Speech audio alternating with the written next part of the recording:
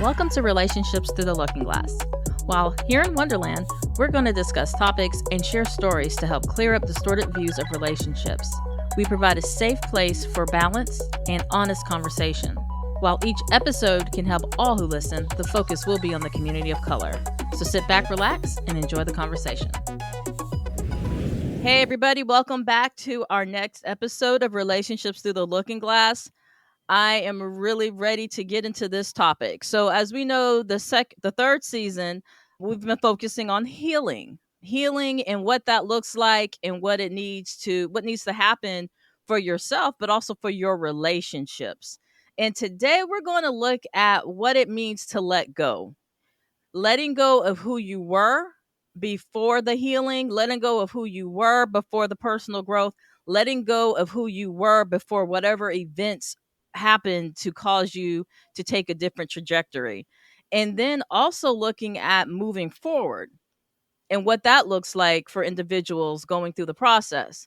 So to join us, we have Nicole and we have Kesiha here.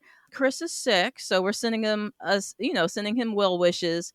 But we have Levi from the Forefront Radio here who's going to join in on this conversation. And you have heard him with us before. You probably have heard his podcast, very deep. I tell you, he's like the professor, I like to call him, for all things Black history. And he is really going to come and add a different element to this conversation. So I'm going to pass over the mic to you, Levi. Go ahead and introduce yourself to the listeners and your podcast.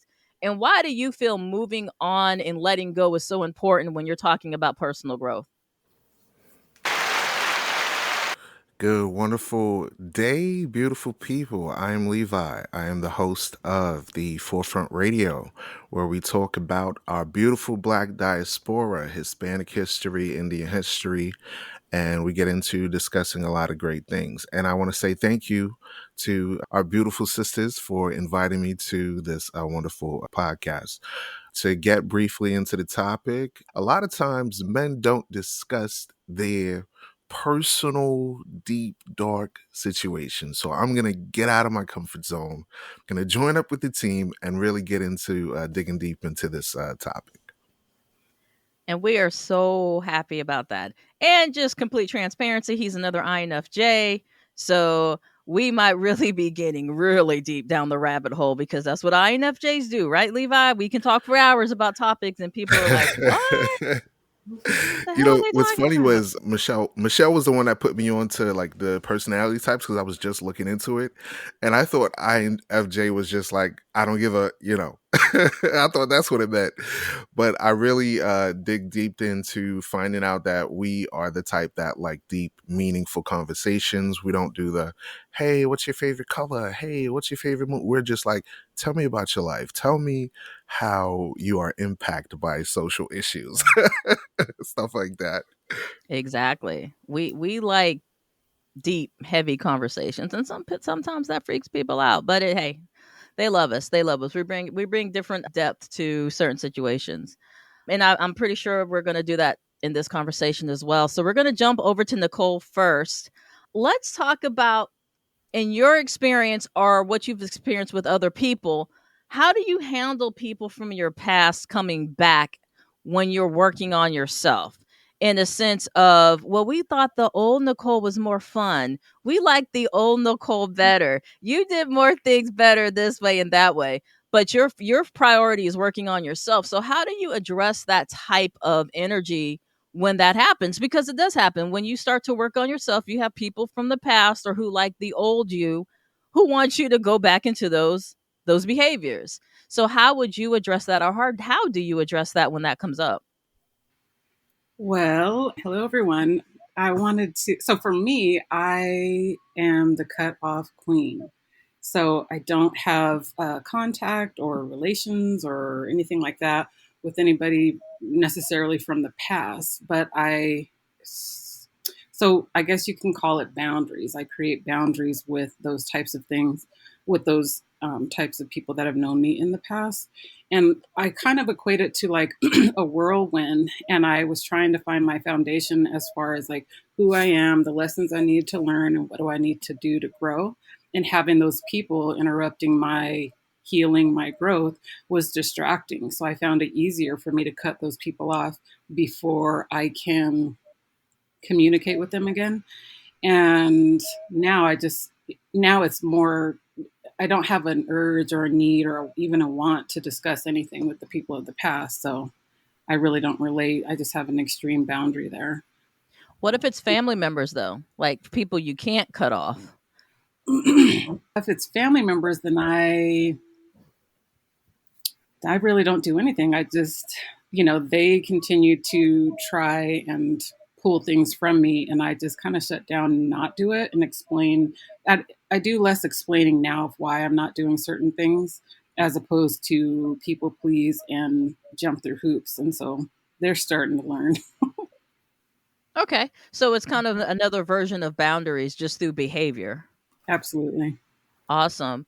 And what about you, Keisha? When you're focused on doing the work, self improvement, therapy, counseling, and you've just started to develop new behaviors, new insight on different things, and you have people from the past come in who kind of like, we like the old Keisha. We like going out and doing blah blah blah. Not saying you don't go out now, but the old Mhm. Keisha. And we've had those conversations where you've been like, man, back when I in college, I was a whole nother person.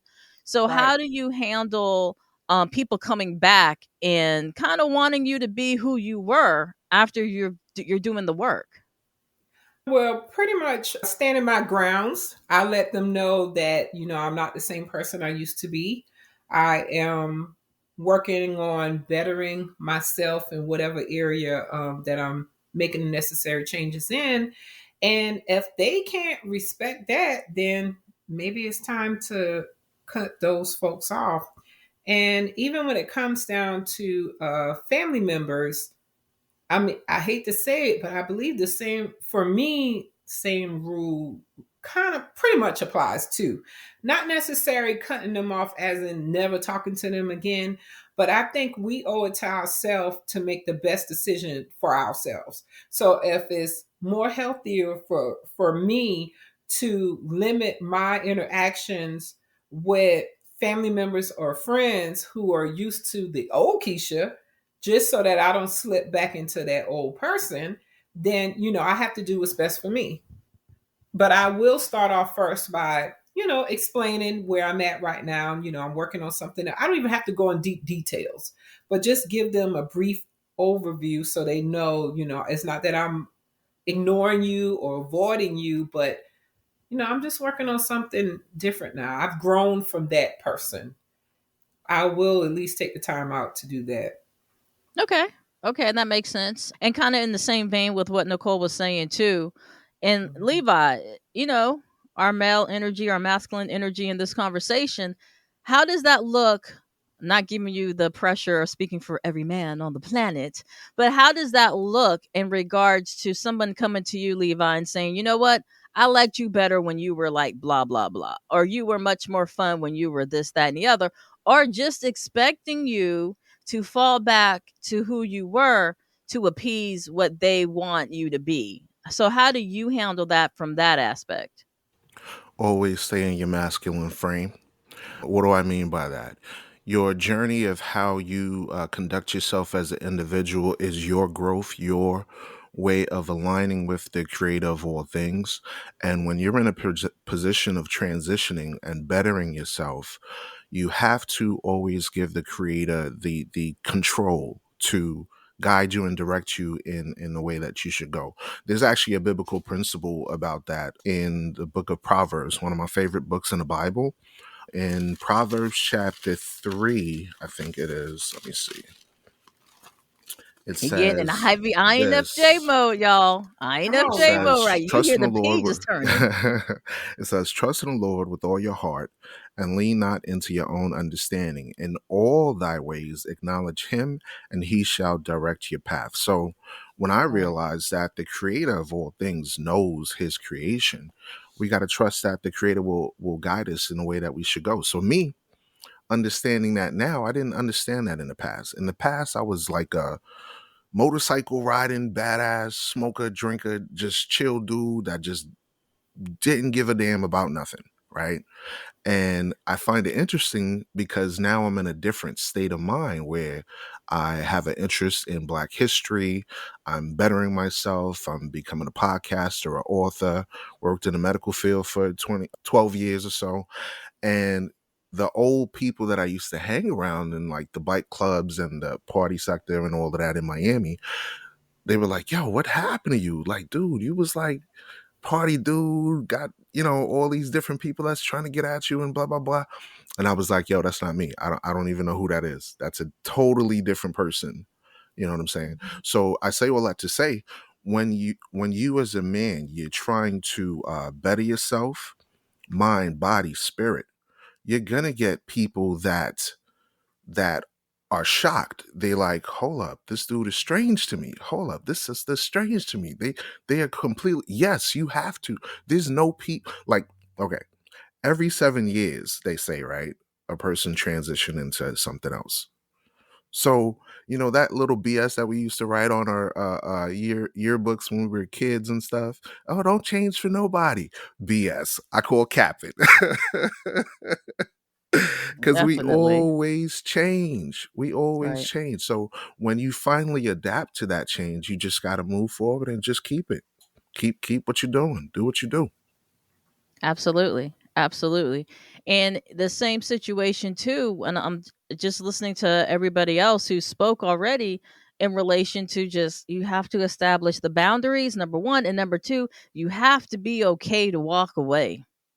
I got bars today. I got bars today. You have to be okay to walk away. And it's a situation of if you're not going to allow me to progress, if you want to hold me back for the comfort of you, so you feel comfortable being around me, then I have to be okay to release this and walk away because I fought too hard to get to where I'm at and I can't let somebody else pull me back. You know what I'm saying? So it's having to have that awareness to say, okay, you notice and you see what I'm doing. I verbalize it and you're still trying to get me to do the old way, the old things. I have to be okay to release you and be able to move forward. And then, so that brings up our next question is how do you let go of the old you? It's one thing to have external people saying, oh, you were more fun when you did this. Oh, you allowed me to do this before and now you're not letting me do this. Or, oh, the old you would have said blah, blah, blah. So setting up boundaries for those people, absolutely, you can do that. But what if it's yourself? What if it's that inner dialogue that said your behavior when you did this was easier? Because doing the work is hard. That's why it's called work. Doing the work is hard. So what happens when a situation comes up and it's like, oh, I could revert back to my old ways and this would be an easier process versus, you know what, I need to keep practicing these new behaviors. How do you address that? And we're going to start with Nicole first.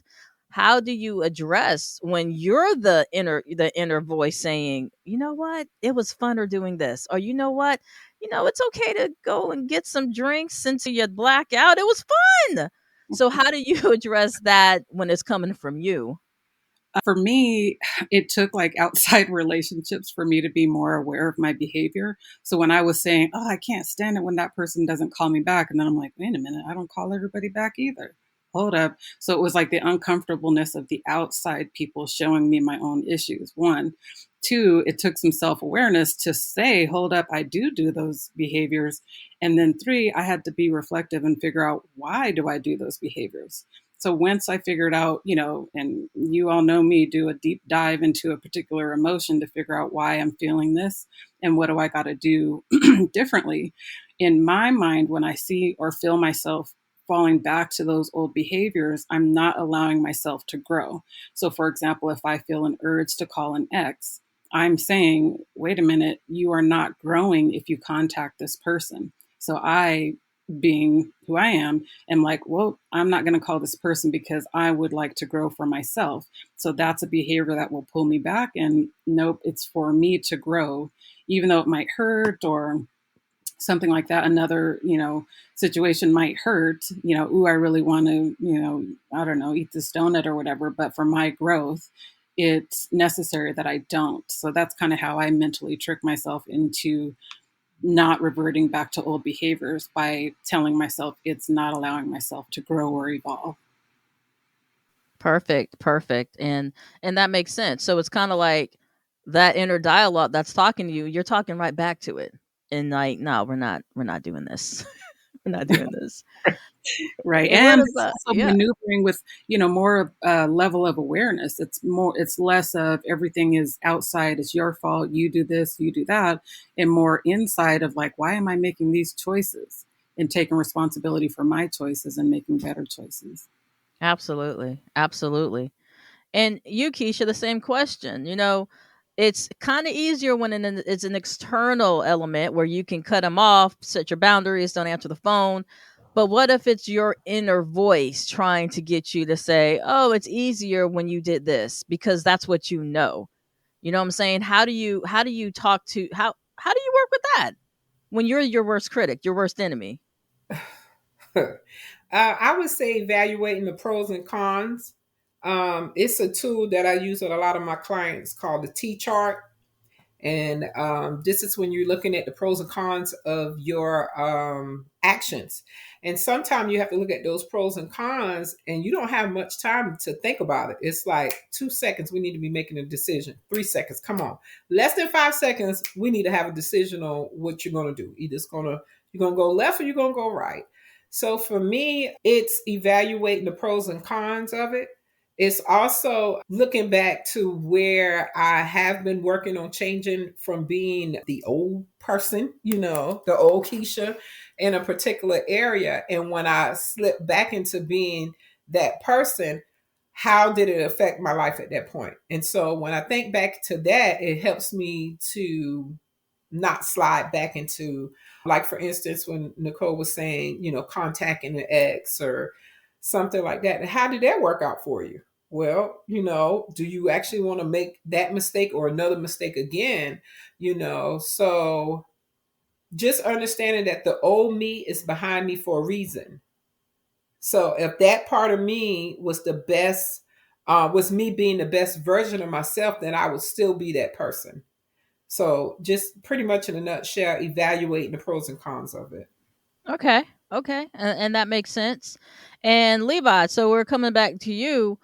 How do you address it when it's yourself? Not your friends, not your family, but it's you trying to say, okay, but it was easier when I was in that space, or I know how to do that really well, or I just fall back to what I know. So what is that thing that you say to yourself to kind of say, no, I got to keep moving forward. I have to let go of the old me. Sometimes you have to tell yourself that you're not always right. What do I mean by that?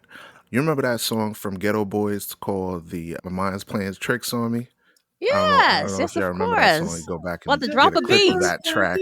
Dun, Yeah, dun, that Yep. one. You know what I'm saying? Your mind will play tricks on you. And that's actually a biblical principle. In Jeremiah 17, verse 9, it says, "The heart is deceitful above all things and desperately wicked. Who can know it?" So I had to really meditate on that for a second. Your mind is deceitful above all things, meaning you're going to lie to yourself. You're going to say, maybe it was better when I just didn't give a damn. Maybe it was better when I was smoking and drinking and partying. And then you have to come to that realization, hold up, no, wait, no. Those were toxic behaviors. Those were behaviors that I were doing to try to just deal with life and have fun and distract myself from actually, having that moment of self-reflection. So in order to answer that question completely, I would say this: always examine yourself, always have that moment of self-reflection to make sure that you align yourself with your principles, your morals, your values, the things that you want to do, and the goals that you want to aspire to accomplish. I'll admit, a lot of times men, believe it or not, men fall in love more than women or faster than women when it comes to relationships. Have you ever had a conversation with a dude and he was just like, "Oh man, I'm feeling you." Like you, and you just like, "Dude, I just met you. We've been talking for like 2, 3 days. What's going on?" And he already just in his mind, he's like Disney fairy tale and all of that stuff, right? You know what I'm saying? So believe it or not, we may not express it, but a lot of times men get emotionally attached to women very quickly, especially if it's somebody they really have interest in, right? So I had to come to the realization of just, hey, back up, slow down, just chill, vibe with the person. You know what I'm saying? Like, give them your attention, but don't give them your love automatically. Give your attention, give your validation, give them that self-worth that they desire, but don't put your all in all. Don't put all your, what do they say, put all your eggs in a basket or whatever they call it, right? Right, right. Yep. So that's what I came to the realization of. And that makes sense. And that makes sense. And it's a situation too. And for my input on the question is practice in the pause, which I feel our podcast is responsible for that phrase, dag nabbit. Practice in the pause and before, because we revert back to what we know. Okay. In times of stress, we revert back to what we know. And we really have to put in the work to practice the pause because, again, if you've done the work and you've worked so hard to get where you're at, having some negative self talk can just sabotage you. And it's also a form of self sabotage, right? It's also a form of, well, if I do this just one more time, it's not going to be that big of a deal. But that one more time can start back into a whole trend of behaviors. So it's really being honest with yourself in the why. Why do you feel you need to do the work to better yourself? And is it at the risk of going backwards and doing behaviors that made you put yourself in a place where you felt you need to move from in the beginning, right? It's kind of like going back into the burning building, and I use the analogy of burning building a lot because it's a very bright visual. And it's like, okay, if I escaped from the burning building, like, why am I going to turn around and go back in? Like, that doesn't make sense, especially if I fought so hard to get out. So it's kind of for me, I have to have visuals or things that are so obvious of that is stupid, that I'm not going to do that. I'm not going to do that and be okay with whatever the result is. So everybody's explanations make a lot of sense. So that's a great segue to the next space because I tell people all the time, nothing tests your healing like relationships, intimate relationships. Nothing freaking test. You can tell people all day, oh, I don't do that no more. Oh, I'm healed. Oh, this, that, and the other. Man, look, you start engaging with a certain person or a certain situation, and that's what it's the test field. Relationships are a testing field of healing. So the next question is starting with Nicole again, is when you are in a relationship or building with somebody, when a situation occurs that puts those wounds, kind of puts some more highlighting on those areas, how do you prevent yourself from falling back into that space? So I guess to package it or frame it, you're talking to an individual, like Levi said, you're feeling this individual, whatever, and certain behaviors that they do trigger things that might have caused you to do different things in the past. And you're like for me, huge delete and block. Like that's what I do. Like, oh my gosh, I will delete and block. People be like, well, I text you this sometime back. And I'm like, I'm sorry, I deleted it. You pissed me off. I deleted the whole damn text trail. And that's a behavior that I have. So nothing like relationships will test people's old patterns. So how do you prevent that from happening when you're trying to move forward in relationships or have or build in a healthy space, but somebody does something to test your old behavior patterns? What are some things that you can say that worked for you that might be able to work for people who are listening? Again, for me, it goes back to the self awareness. Like if I feel like I'm being ignored or something that gets my emotional centeredness off, then I'm in tune to that. Like, okay, what am I feeling? Why am I feeling this? And then once I can nail that down, like I'm feeling neglected, the old me wouldn't talk about that feeling. I would just kind of repress it, and then it would carry on as to anger. So by me being aware of what I'm feeling, I can actually speak to it and say, all right, the old me would have just let it go and not said anything. The evolved me feels, I make myself a priority and I feel like my feelings are a priority. So I will talk about them. And then Also, the awareness of being able to communicate with somebody, one, in a manner that they'll receive, and then two, at a time that's appropriate. So, being aware of my feelings has allowed me to communicate and evolve when I'm being tested in different relational situations. Awesome. And those are really good points too. So if you're taking notes, I hope you guys wrote that part down. Mhm.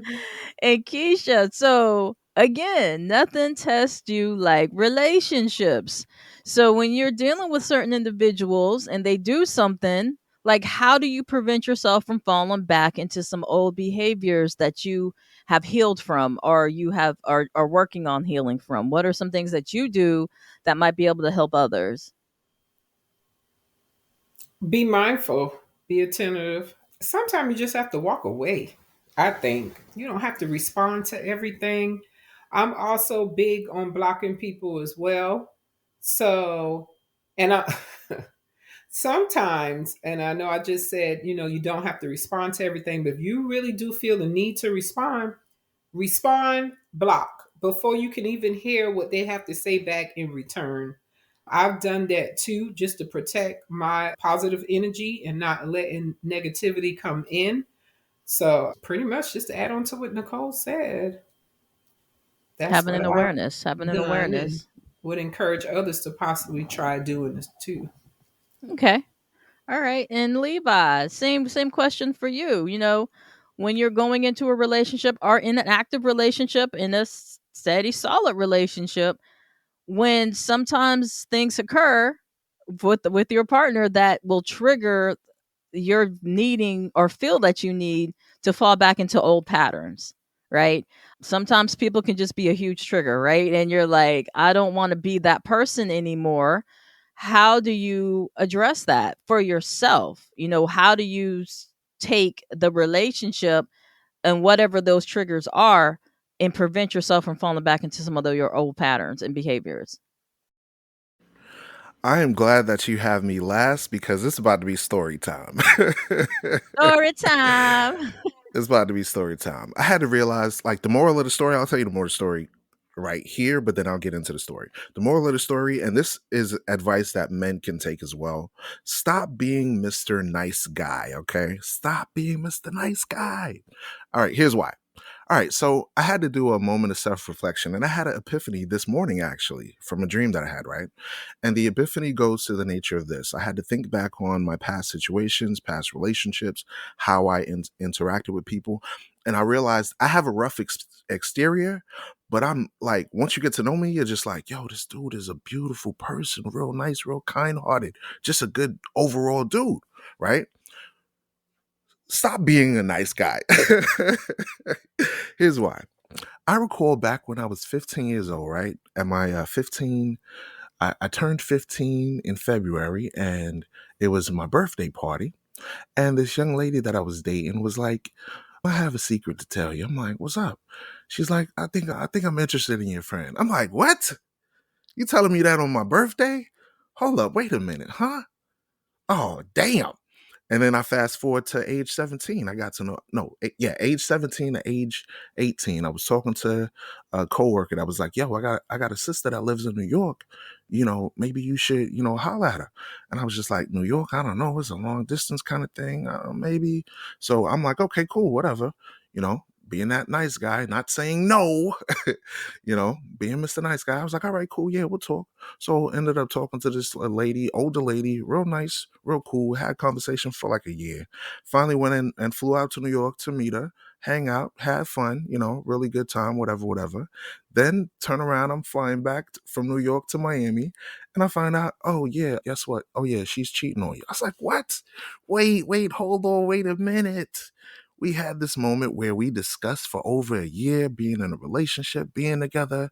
I'm kind hearted towards you, showing you love, giving you all the attention you desire night after night, conversation after conversation. I fly to New York, pay my money to go over there, and all of a sudden you're just like, oh, I'm sorry, I'm cheating on you. So then I'm like, all right, fast forward to age 21. Dated this young lady, beautiful. I would say this person was like my first love, right? Dated her for like 5 years. All of a sudden, out of the blue, she was just like, I'm not happy. I'm like, what did I do? Did I cheat on you? Did I beat you? Did I play you? Like, what's going on here? She's like, no, you're nice, but I think my life is leading to another direction, blah, blah, blah, blah. I don't get it. I'm just like, all right, okay, whatever. Took me years to get over that. Fast forward to 30, 31. Got married, found a beautiful nurse, working in the medical field, dealing with each other for a while. It's all good. Get married, have some kids, blah, blah, blah. Fast forward, she's like, after 5 years of marriage, I just want to tell you I'm cheating on you. I was like, oh shit, you know what? I'm done with this shit. You know that meme that people be like, fuck this shit, I'm out. Yep, yep. I came to the realization of my errors, like literally this morning, waking up for this conversation, right? And it's a biblical principle. You know how people say, right, that they want to be a Proverbs 31 person, right? A lot of times people apply Proverbs 31 to women. And little do we know that there's a verse in Proverbs 31 that is referenced to men. So King Lemuel, who's actually Solomon, Lemuel was like another translation for Solomon. His mother had gave him some positive, solid advice of how to be an honorable man, right? And she said this. She said, Proverbs 31, verse 3, give not thy strength unto women, nor thy ways to that which destroyeth kings. And I had to sit and meditate on that. I allowed myself to capitulate to the needs of others without staying in my masculine frame, I was being too nice. Situations and circumstances where red flags could have occurred, where I could have like peeped at them and be like, nah, this ain't right for me. I went past it, right? And to give another example of this is found in Sirach chapter 33, verse 19. It says this, give not thy son and wife, thy brother and friend, power over thee while thou livest, and give not thy goods to another, lest it repent thee and thou entreat for the same. So a lot of times when we're nice to people, we try to give our all. Hey, you need food to eat? Here you go. Hey, you need money for some bills? Here you go. Like, stop with the nice shit, brothers. Stop it. Chill. Just get to know the And person sisters, first. and And sisters. I'm sisters, just gonna yes, throw that yes. out there too. I Holy know we cow! got a panel of three sisters. I'm all inclusive with this, all right? So it And now says, you give see why not I thy call him the professor. That's Mhm. why I call him the professor. He teaches. He's teaching. Go ahead. Yes, because I want people to. The best education is not only wisdom from experience, but wisdom that you gain from the insight of others, right? So I hope to give this insight to help others in dealing with that self-reflection, right? And it says this, as long as thou livest, meaning as long as you're on the earth and you're breathing, okay? It says, as long as thou livest and has breath in thee, give not thyself over to any. For it is better that thy children should seek to thee than that thou should stand at thy courtesy. In all thy works, keep to thyself the preeminence. Let not a stain in thy honor. Don't leave a stain on your honor. So, what does that mean? As men, we have to conduct ourselves with honor, with integrity, with respect for ourselves. A lot of times when we love others, we don't allow ourselves to stay within our frame, within our authority, and we allow others to have preeminence over us. Don't let nobody have no authority over you. You understand what I'm saying? So I want to give that positive advice, because when we enter into relationships, like what you stated about the boundaries, right? We don't say, hey, look, I'm going to tell you off jump. If I find any infidelity, any type of stuff where you playing games, I'm out. Like, you should let it be known at the very beginning. So that protects you from potential hurt, potential trepidation, mental anxiety, all that, this, that, and the third. You see what I'm saying? So when I read this in Proverbs 31, I was just like, yo, this right here is the perfect way for me to align myself with godly principles and not play myself in the end. So that's my 2 cents. Keep the change. I know that was a long-winded answer, but I hope that helps. No, that was good. That was good. And it kind of just encompasses everything that we kind of are talking about. You have to maintain control over yourself, right? You can't control what other people do. You can only control what you do. And the way I look at it in an abbreviated INFJ version is just look, like I can be triggered still, absolutely, but how I choose to respond to the trigger is what is important. I can't control what somebody else does. I can't control what somebody else says, but how I respond is what's important. And if I know I need help, I'll reach out to people that I trust to say I need help. And that's something that I did not do because for one thing it was showing a vulnerability for me to reach out to somebody else and say, okay, this is what happened, this is what I'm feeling I need to do. I don't know if this is the right move. What do you think? To get an outside opinion and to know that it's okay. You know what I'm saying? It's like you have to have people in your life that you trust enough that they're going to give an honest opinion and allow you to make a decision that's going to be best for you, but in a space that's safe, to not think that, oh crap, if I call Nicole or if I call Keisha and say, so and so did this and blah, blah, blah, they're going to be like, oh, you are such a punk. And they still might do that. I don't know. But what they did, it's in a loving manner. Like, really, Michelle, this is what we're doing. But to be open to somebody saying, you want to think about this. Don't just go with what you're used to doing because that's no longer who you are. So it's not a situation of you're never going to be triggered again while you're doing the work, while you're doing the healing, while you're doing your personal growth. You're probably going to be triggered a hell of a lot more than what you're used to doing because your behavior is changing. But it's making that cognitive, that awareness that we talked about, to say, I'm choosing different. Yes, I could go the easy way and do the easy thing that I know, but I'm choosing different because I am different, right? And that's kind of how I have to look at it, is to make that choice to do so and reach out if I need additional support, to say it's okay to feel what you're feeling. It's okay to not be okay. It's okay to hurt. There's that whole concept of, if you're hurting, you're weak. I don't think that at all. It's okay to hurt. It's a part of the process, and ignoring the pain makes it worse. It makes it worse because you're trying to push it and push it away. But I tell people too, you don't have to verbalize anything. It will always come out in your behaviors. So even if you don't say it, your behavior is going to say it. So you definitely have to have an awareness of all of these elements as you're doing the work. And we're still talking about relationships, specifically intimate partners, boyfriend, girlfriend, friends, husband, and wives. How do these connections help or hurt you when you're doing the personal growth? Because you can have people who benefit, and this could be your partner. You can have that person might benefit from you being in a hurt, pained, unhealed way. They benefit from it, whatever that looks like. So you're doing the work is going to change something for them.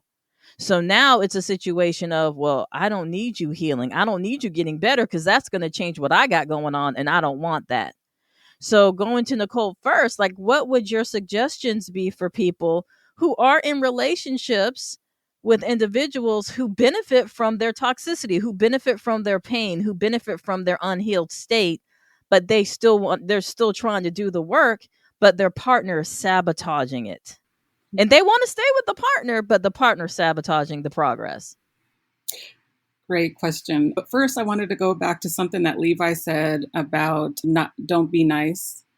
I know that there is a certain segment of people that will receive that message and, play it over. Oh, somebody said, don't be nice.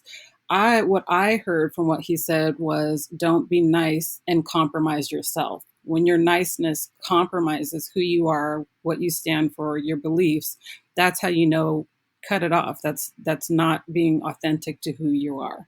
So I just wanted a point of clarification because I know people will take that quote or take that bit and run with it. And so, Yeah, thanks. Yeah. yeah, That's a great packaging too.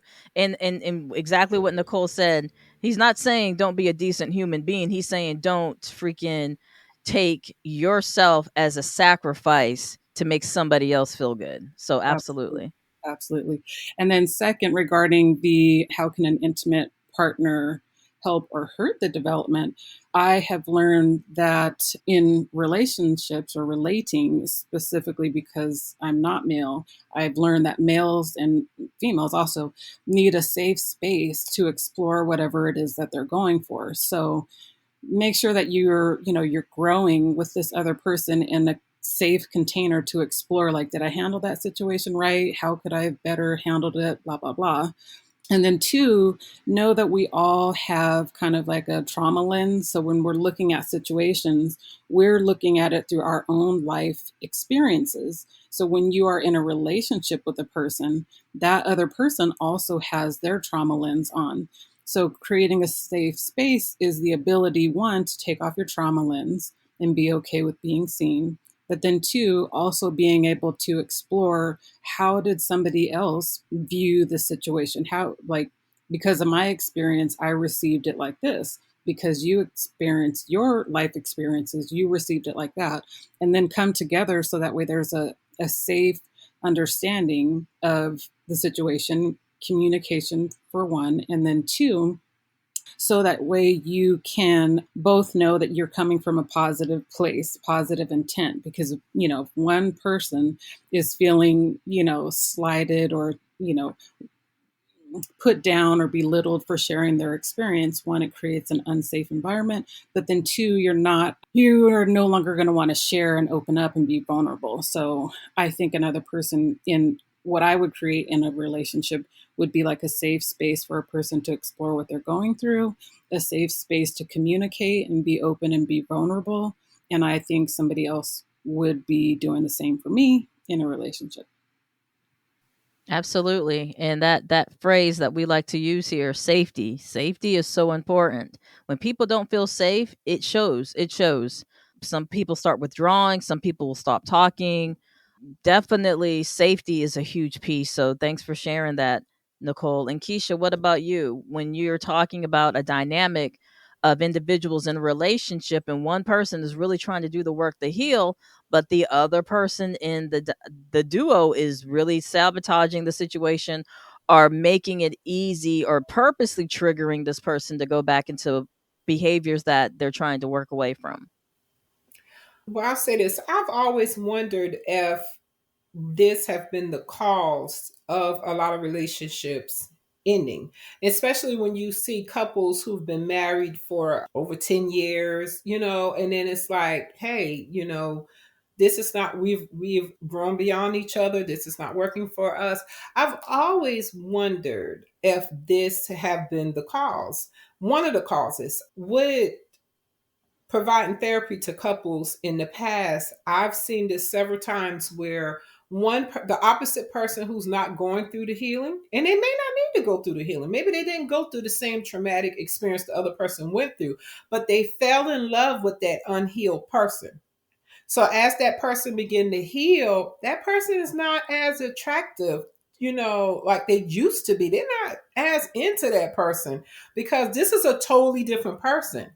And the flip side of that is when you're not healed, you tend to accept people, situations, and even fall in love with someone who is really not your type, really not the person that you would truly fall in love with and bond with if you were healed. So, fortunately and unfortunately, it has two sides. Sometimes relationships come to an end. If that opposite person can't learn to appreciate and accept the new healed partner, then it may end, this relationship may come to a head and actually end. So, that's fortunate and unfortunate. So I think this goes all the way back to making sure that you address your demons, skeletons in the closet, go through the healing process before you even get to that point of, I'm talking on marriage level. But even when you see your relationship is growing, I mean, it's important to deal with these things before you get into a real serious relationship. But unfortunately, sometimes as you're connecting with your mate, you're noticing, wow, these are some areas that I really need to work on. So work on those areas, have open communication with your partner. And I mean, bottom line, and it's life, it's hard decisions to be made. But at times, the unhealed person or the healing person is not going to be accepted by their partner. And in some point of that, it's got to be okay, because it's not fair to the person who's working on the healing to stop their growth to go back to being the person they was and not better themselves, because the opposite person can't accept that. But also, on the flip end of that, I would say too, this is why it's important to work on you before you connect with somebody else. Because now you have your partner who fell in love with this version of you, and now is being pretty much forced, if they're not willing to accept the new version of you. So both parties hold some level of responsibility. And that's the fortunate and, of course, the unfortunate part of it, in my view. Absolutely, absolutely. And Levi, what is your input on that? Where one person's doing the growth, and the other person isn't feeling it. I don't like this new person. I don't like this new you. I need you to go back to the way you were. How would you respond to that, Levi, in that experience? I would say, to answer your question, there's principles that we never learned when we were kids growing up. And the principle I like to say is being orderly. Okay. A lot of times we're so used to chaos that when we encounter another individual that actually has things orderly, we have a tendency to self sabotage. Okay. So, in order for us to heal from that, we have to understand the divine principles that our ancestors had within themselves. When it came to the dynamics of relationships, marriages, we understood that you're my sister, I'm your brother. And it even says that in Hebrews 13, it says, let brotherly love continue. So I know for an INFJ, I have broken wing syndrome. I see someone dealing with some sort of issue, some sort of trauma, and I'm like, oh, look at the little bird. Let me help you. Yes, No, I feel so attacked right now, Levi. I feel I'm so like, attacked. Damn it. You feel so seen. I feel so seen. Oh my gosh. I feel so seen right now. I can save you. You know what I'm saying? But that person has to realize, in order for them to connect with somebody on that deep level, they have to let go of bitterness. They have to let go of wrath. They got to let go of anger.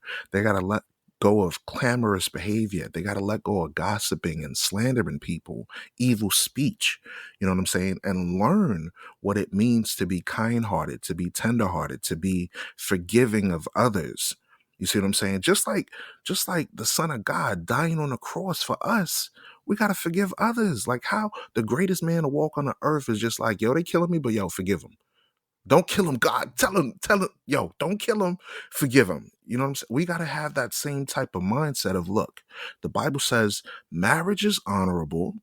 It's a beautiful thing because that is what establishes the nation. That's what's missing in the Black community. We don't realize the vast importance of loyalty, dignity, and the honor of marriage. That's why people dipping and dabbing and running and doing all of this, and you know what I'm saying, popping babies here and there. And you're just like, yo, what happened? You feel me? So it's like marriage is honorable and the bed is undefiled. But those that decide to go outside of the confines of what the Most High created, they end up messing themselves up. So how does that happen in the Black community? What are some ways that people end up self-sabotaging and creating issues? Let's give an example, right? When it comes to like adultery, right? Why is it that our communities have a large percentage of STD rates, you know, people with emotional trauma, emotional baggage, and all this stuff? Because they're not honoring marriage. They're not saying to themselves, look, I'm going to stick with one person. That's that. They're not saying that. They're just like, I'm going to have a high body count, or like some of those phrases they say, pump and dump, and all this stupid, illogical, childish. Forgive me, but it's childish shit. You see what I'm saying? Because our ancestors back in the past during slavery, they was like, this is my husband. Okay, this is my wife. I'm gonna honor her. I'm gonna love her, and she's gonna be cooperative or submissive to me. Period. Period. That's it. There's no. Oh, that's my boyfriend, or that's my girlfriend. Or, nah, our foreparents didn't get down like that. So to make a long story short, we have to understand how to be cooperative with one another, how to love one another, how to honor relationships again, and build one another up without self-sabotaging, without creating chaos, without pouring negativity into each other. And that's my 2 cents. Keep the change. Thank you. Thank you for your 2 cents. But yeah, I mean, it makes sense in so many different viewpoints that we're discussing here. But I know in the relationships aspect with partnership, it should be a team. If you're growing, I'm growing. Like there shouldn't be a one or the other. If it's a situation where somebody's like, "Well, I don't like the fact that you're doing the work," you might need to reassess who you're with. Because at no point should somebody tell you trying to better yourself is wrong. And if that's the case, that might not be the person you're supposed to be with. Because I'm highlighting some stuff that Keisha said. You absolutely will have people who are attracted to your trauma. It's a version of being trauma bonded. You might have people who find you attractive because of your pain. But once you make the decision to heal, once you make the decision to do the work, if they're on the team, if they're your person, your partner who has your best interest, then they're healing too. Because a relationship is only as healthy as the sickest person in it. So if somebody is not willing to do the work and they're looking at you as you move forward, they're going to miss the bus. And it's going to be a situation of, okay, I'm moving forward, but you're staying here.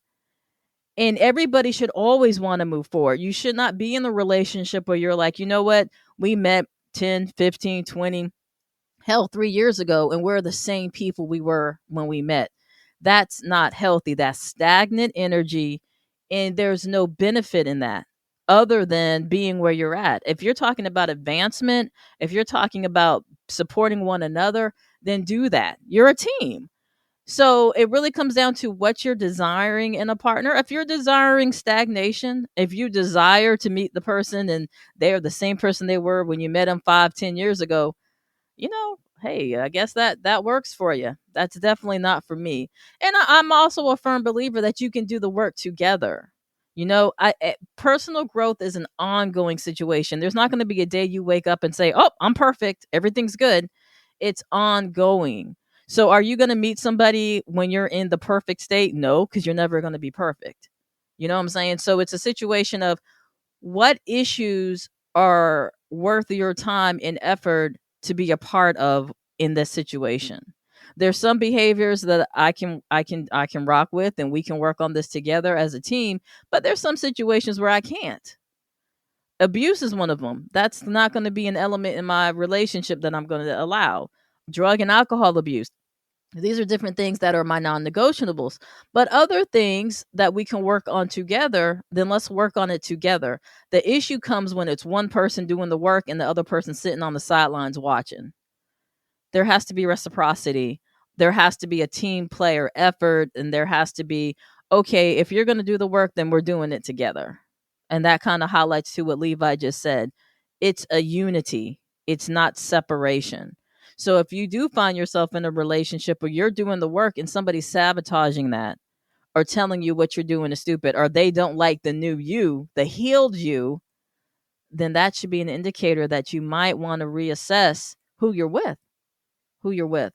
So as we round up to our hour, I want to go through one more time and just allow everybody to give one word of advice. Well, not word, maybe one sentence, maybe a paragraph of advice of people who are really wanting to do the work, who are doing the work. And when I'm saying the work, I'm talking about if you're in therapy, if you're in counseling, if you're in coaching, if you're in any self-development program, or just looking at yourself to see what areas you can improve in your life.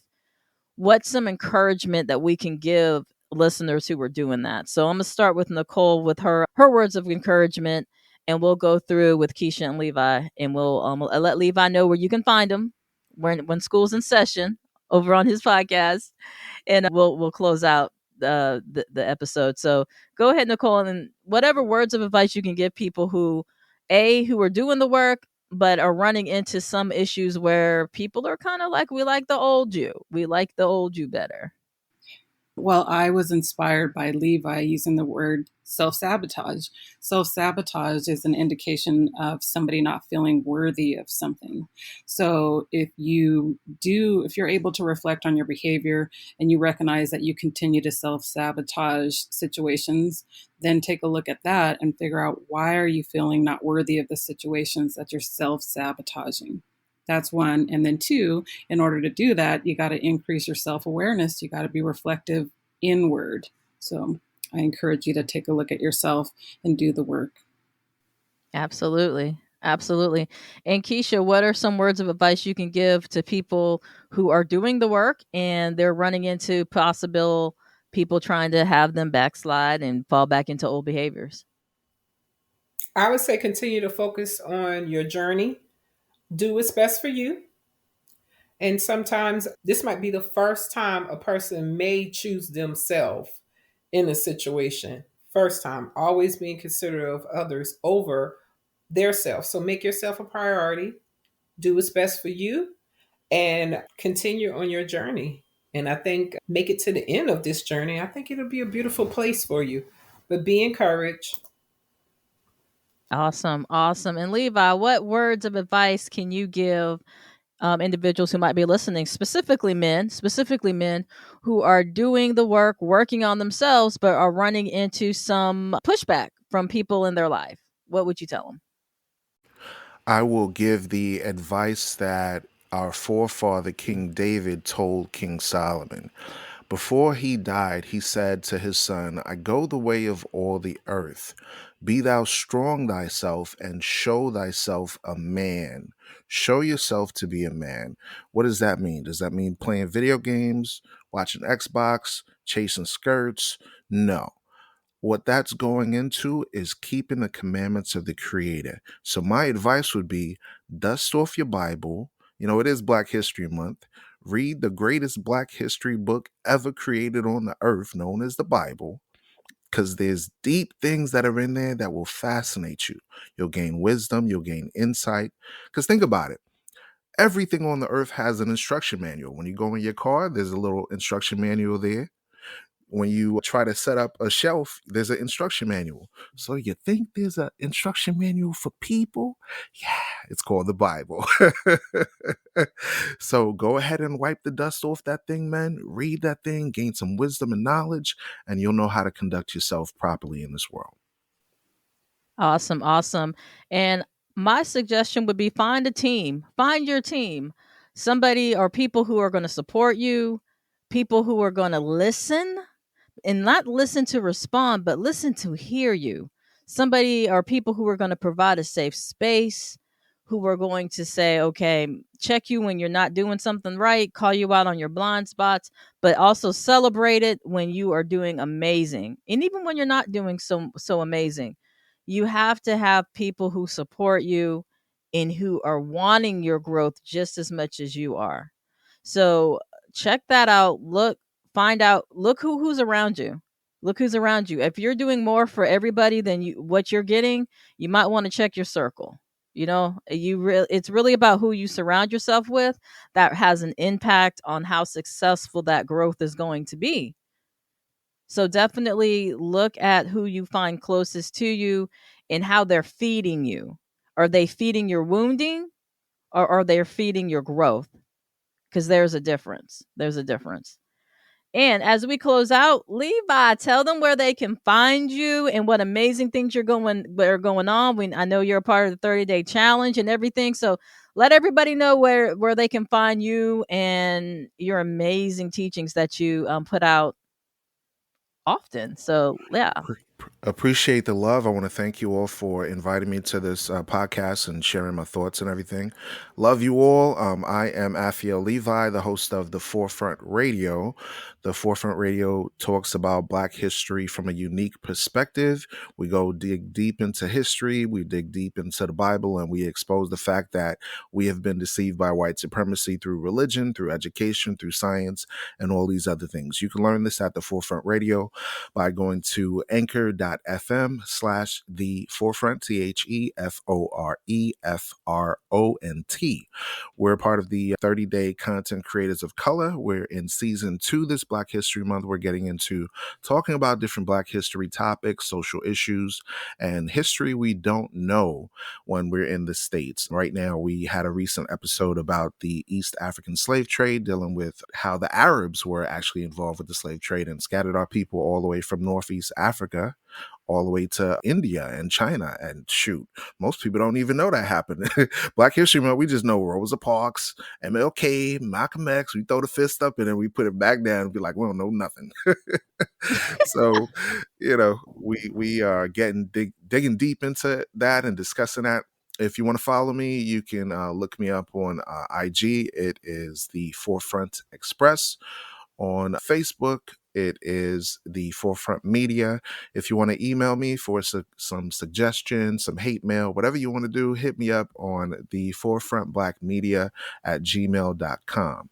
It's THEFOR, leave the E out, the Forefront Black Media at gmail.com. So peace and blessings to you all. Thank you so much for having me. I appreciate you. I know I had a little bit of a rant, but thank you. No, this was all good, and I just love the ability to have such depth in our conversations. We are definitely a podcast for the thinkers. We're definitely a podcast for the people who want to go deep. So we're so happy and thankful that you came short notice and brought it, which I knew you would. So thank you so much. And again, to my co-pilots for this episode, Keisha and Nicole, as always, they keep me grounded, they keep me honest, they keep me sane. And You I'm very rested. rested. Yeah. we're working on that. And thankful for you being a part of this whole experience. We send well wishes to Chris. Hope he's feeling better. And you guys check us out next week. Every Sunday we're posting. Find us on our new and updated website, www.thelookingglass.fans. And we got merch. Check it out. We got merch. So interact with us there on our Instagram, on our Facebook. We definitely respond, and we look forward to connecting with you next week. So as always, take care, stay safe, be well.